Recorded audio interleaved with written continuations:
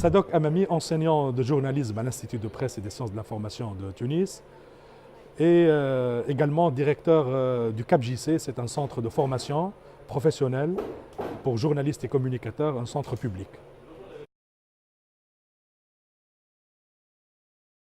Un conseil de presse, c'est une instance qui est montée par les journalistes, par les médias en général, les éditeurs et les journalistes, avec les représentants du public, et qui a pour mission principale d'examiner donc les plaintes du public contre les journalistes et contre les médias. Alors en général, les membres sont désignés par les représentants des journalistes et les représentants des éditeurs.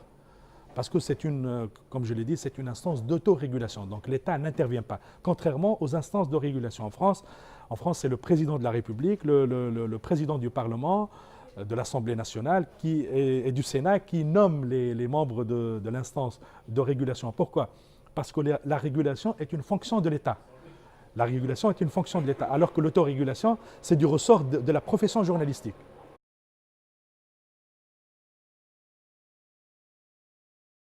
Écoutez, la France est une des rares grandes démocraties dans le monde qui n'a pas un conseil de presse. Partout, toutes les démocraties, y compris les jeunes démocraties, ont un conseil de presse.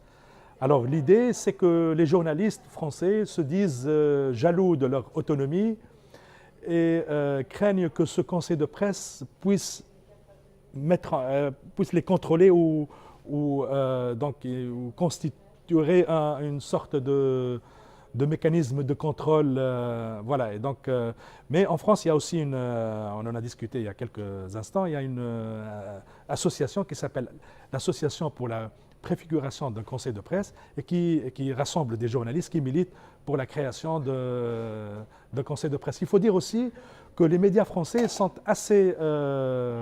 ont beaucoup développé des mécanismes de médiation interne, d'autorégulation interne, tels que les sociétés de journalistes, les médiateurs, les chartes éditoriales. Et ça, c'est une forme d'autorégulation.